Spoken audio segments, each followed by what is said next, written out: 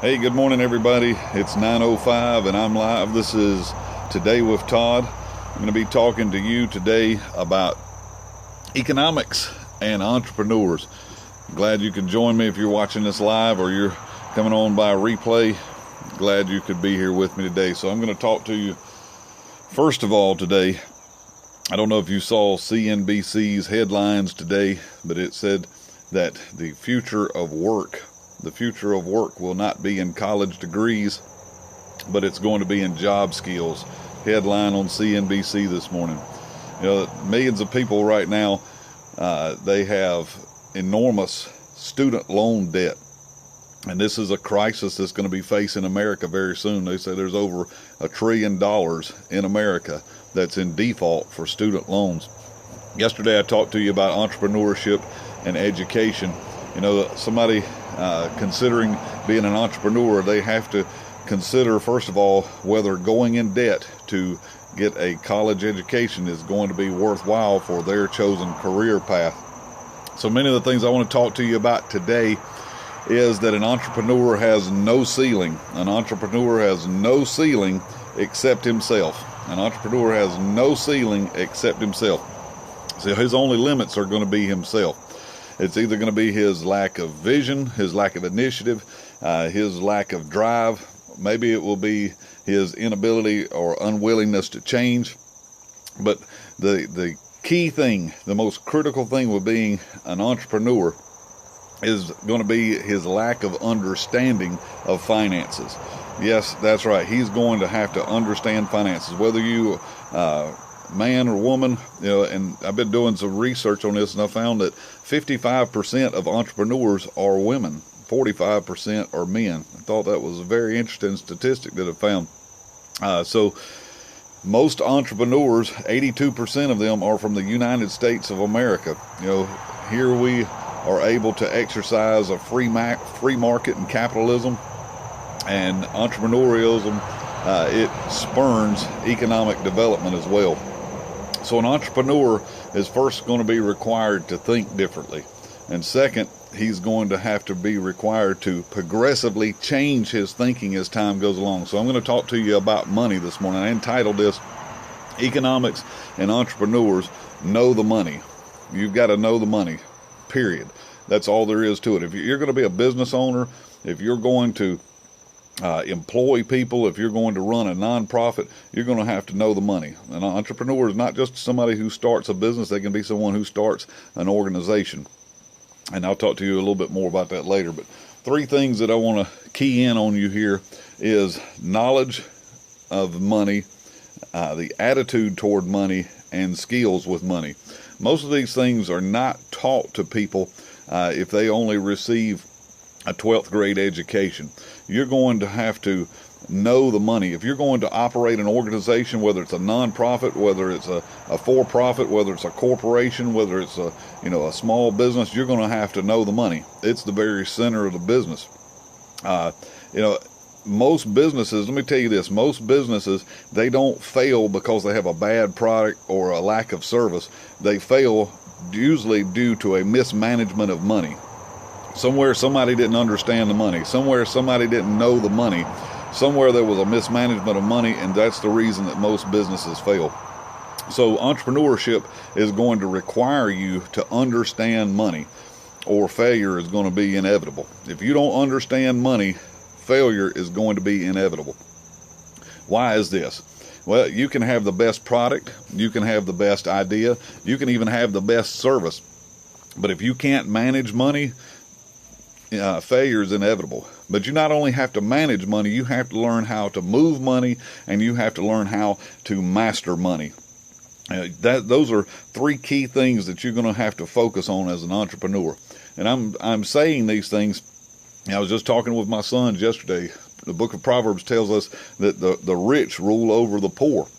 I believe that we're to be people of influence. I believe that we are to be not just people that are dependent on someone else, but I believe that as Christian people, we should be the people of greater influence. We should be the people of greater understanding.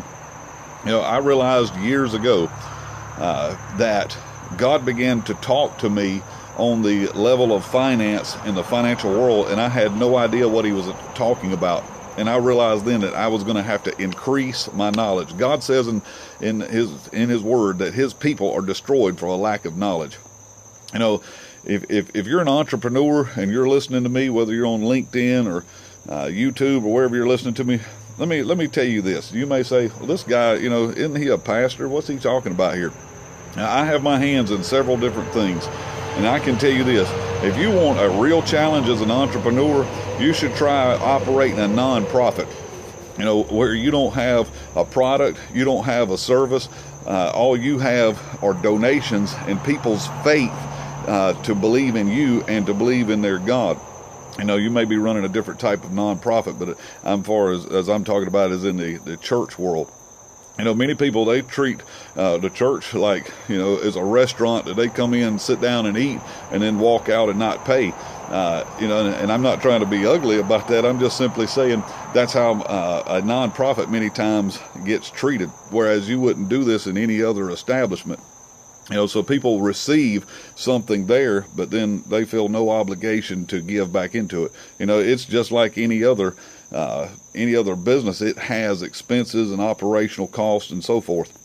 So if you ever want a real challenge as an entrepreneur, try running a nonprofit organization or corporation. So your knowledge and your skills and your attitude towards money, whether you're operating a business, a nonprofit, a charity, it's going to require you to understand budgeting, to understand operational costs. You know, maybe you have product costs, materials. I don't know what production cost is going to be, marketing expenses, overhead. You know, I know this from all of my business ventures. I have Excel spreadsheets, you know, I have graphs, I have charts, pie graphs. You can ask my wife. I know the money. I know what's going on. Why is this? I learned a long time ago that God didn't put an emphasis on numbers. He puts an emphasis on percentages. We can see this in just the principle of the tithe, that there is an emphasis that God puts on percentages. I always want to know the percent. What was the cost of this percentage-wise? What was the what was the gain? What was the percentage here? I'm always looking at percentages rather than numbers. You know, there's a lot of things that you have to consider in understanding that you may have a great product. You may have a fantastic idea.